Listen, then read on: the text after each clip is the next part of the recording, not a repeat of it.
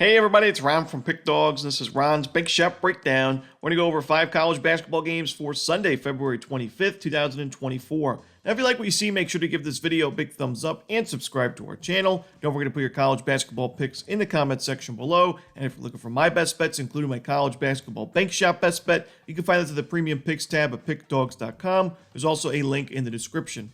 Alrighty, here we go. Here are the games for Sunday in college hoops. First up, we see Creighton and St. John's. This one's going to be a 12 p.m. Eastern start time. It's going to be on CBS. Creighton, of course, coming off the huge upset win, not just an upset win, but a blowout win over the number 1 team in the nation, the UConn Huskies, an 85-66 final score. Creighton's now on a 4-game win streak, and they've won 7 of their last 9. But it's a clear letdown spot here for Creighton. I mean, it was the first win in program history over a our number 1 team in the nation, top-ranked team in the country. And, you know, Creighton now has to go on the road against a St. John's team that's looking for a statement win itself. And a St. John's team that played pretty well in the first matchup of the season series. It was quite a while ago, back on January 13th, but it was at Creighton, and it was only a 1-point game, 66-65 the final score. And it's something that you have to do against Creighton. You have to defend the perimeter, and St. John's did a good job of that in that game, holding Creighton to 6 of 27 from 3, 22%. The difference maker was St. John's themselves couldn't make the three-point jumper, shooting 2 of 11 from the perimeter. But I think St. John's competes in this game at home. A team that's fundamentally sound. They're a really good offensive rebounding team. They do a decent job of taking care of the ball, and they force a good amount of turnovers.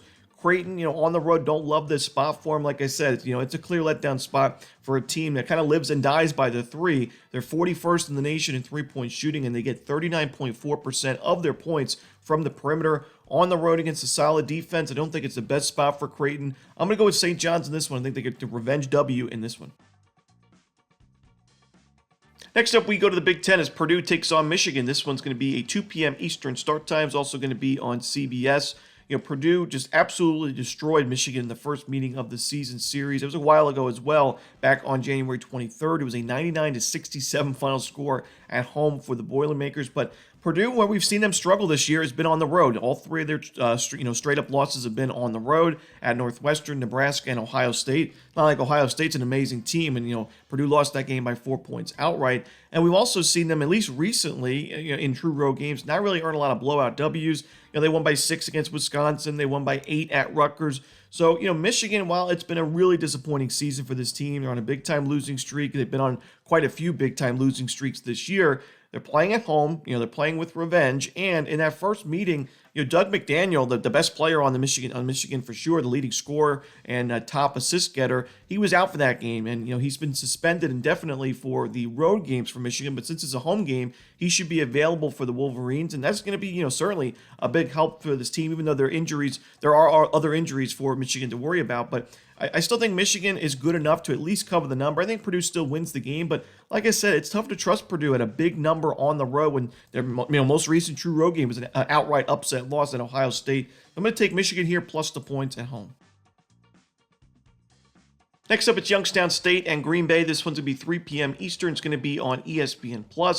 I'm going to go with Youngstown State in this one. I don't like the current form we see from Green Bay. They've scored less than 60 points in the last 2 games now, 57 against Northern Kentucky and 59 against Purdue Fort Wayne. That last game was an absolute blowout. Noah Reynolds was not available for that game. He could be, out for this one as well. He's their, best player, leading scorer, and a 37% three-point shooter. Youngstown State, fundamentally the much better team. They do a good job of taking care of the ball. Good offensive rebounding team. Shot quality-wise, Youngstown State's a better team as well, and they're 17th best at the free throw line in the country. So if this is a close game late and, we need some free throws from the Penguins, we can trust that this team's going to get it done at the line. I just think Youngstown State gets a revenge W here, and with the current form that Green Bay is in, got to fade him in this spot.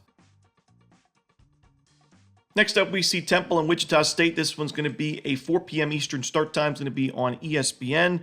I didn't realize until I was going through the Wichita State schedule from this year that it's kind of been a trend that we've been taking overs in Wichita State games on Sundays, especially in conference play. We didn't do it last week with in the game against Charlotte, but the week before against FAU, we took the over in that one, and it got to overtime, so it certainly helped us, but it looked like it was going to go over anyway. A 95-82 final score back on January 28th. We took the over in Wichita State SMU, another high-scoring game there, 77-72.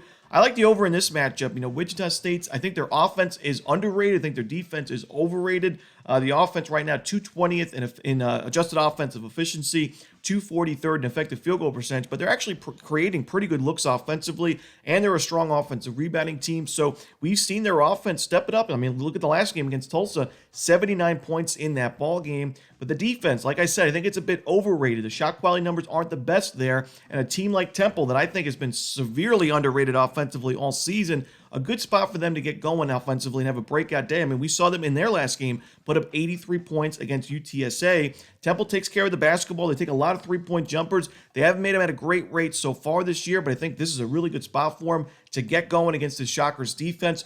Both teams, not necessarily lightning speed offensively, but not super slow either. Wichita State plays at a faster pace, and they're the home team, and the favorite, so you would expect them to be able to set the tempo. I think we see a high-scoring game here, a much more high-scoring than the first matchup of the season series. That was at the beginning of conference play, and I think now these teams are a lot different at this point in the season. So give me the over here in Temple, Wichita State.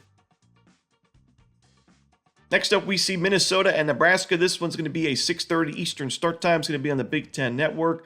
Now, look, it's never fun fading the best covered team in basketball. I know this might not be the most popular play, but to me, Minnesota, because of that great against the spread record, is a bit overvalued, especially because they've won the last two games at home against Rutgers and Ohio State.